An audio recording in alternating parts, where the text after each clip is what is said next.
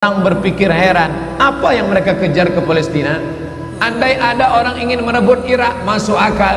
Merebut Irak karena banyak sumur-sumur minyak.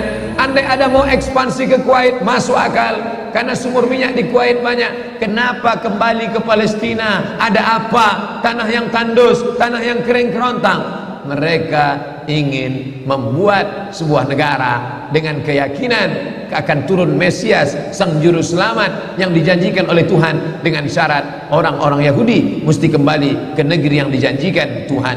Yang kedua, Mesias sedang menunggu. Mesias melihat ke bawah. Kalau dia tengok di bawah masih banyak gurun pasir, dia tidak mau turun. Dia ingin melihat hijau. Kalau sudah dibentang karpet hijau, baru dia turun ke bawah. Maka yang dimaksud dengan hijau itu adalah ditanami tanaman-tanaman hijau, penghijauan yang luar biasa. Dan ketika Israel masuk ke Palestina, mereka ambil tanah itu, mereka hancurkan rumah orang Islam, mereka buat tembok panjang. Penjara terbesar dan terpanjang di dunia adalah Palestina. Mereka kurung orang Palestina. Mereka buat tembok beton yang tinggi, panjangnya 700 km lebih. Dari Pekanbaru kita lihat, Anda menuju Medan Sumatera Utara 600 km. Mereka membuat tembok tinggi 700 km.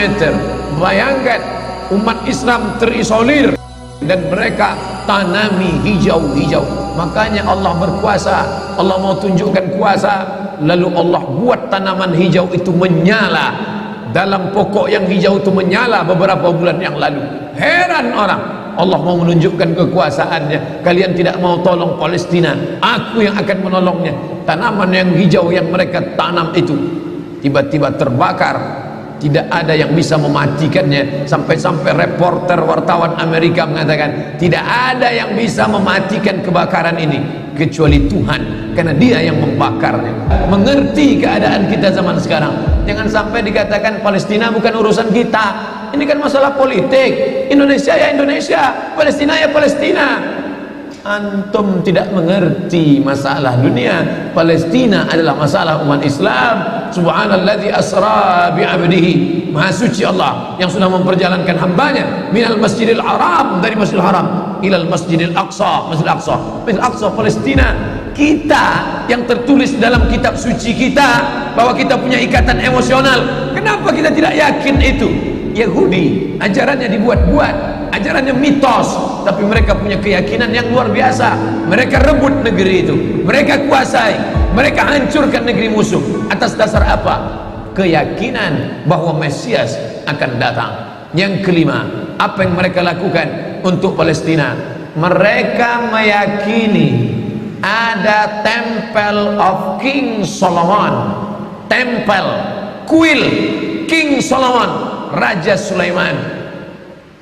Datang pula orang Indonesia latah, dikatakannya Sulaiman ini kerajaannya bukan di Palestina, di Yogyakarta, Sleman. Kata dia, King Solomon itu punya tempel kuil, dan Temple of King Solomon letaknya pas di bawah Al-Masjidil Aqsa. Apa maknanya?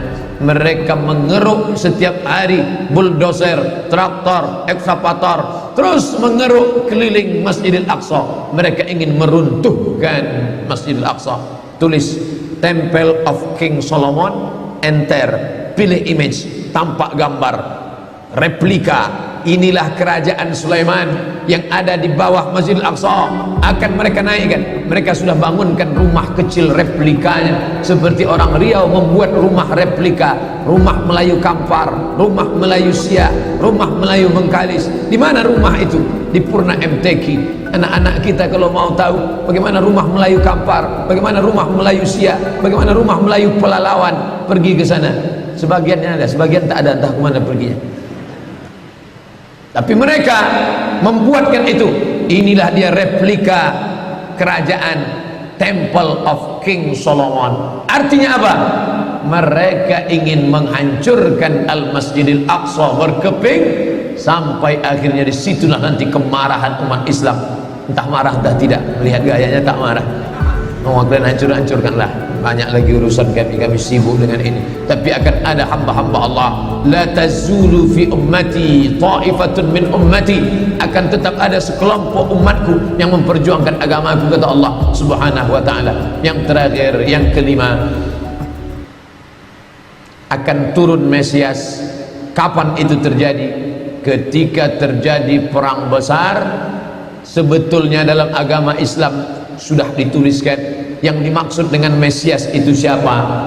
Kata Imam Al-Hafiz Ibnu Hajar Al-Asqalani dalam Fathul Bari, yang dimaksud dengan yang dinanti-nanti mereka itu adalah Dajjal.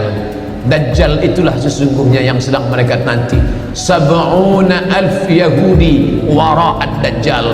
Ada 70.000 Yahudi yang akan berada di belakang Dajjal ketika dia turun nanti.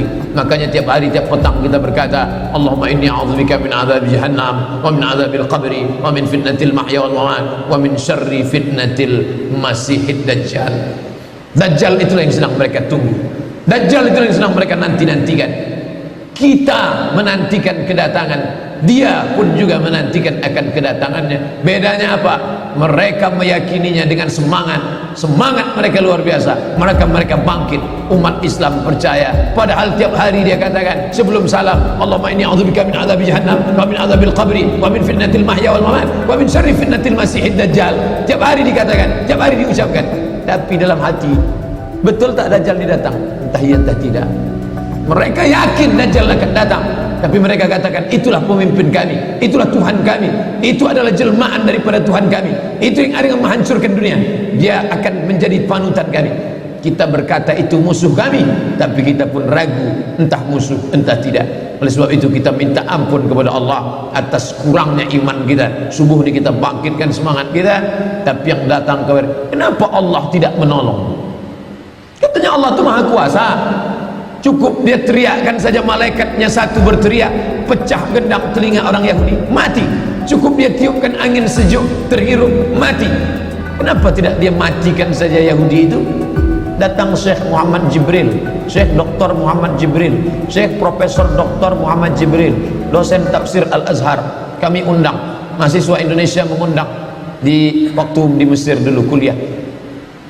Lalu saya tanya, Assalamualaikum Syekh. Ya, kaum Ad binasa, kaum Samud binasa, kaum Midian binasa, kaum Iram binasa, kaum Fir'aun binasa.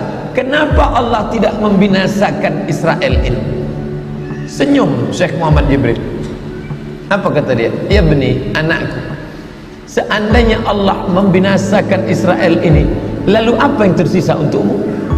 Ditunjuknya saya. Seandainya Allah membinasakan Israel ini, lalu apa yang tersisa untukmu?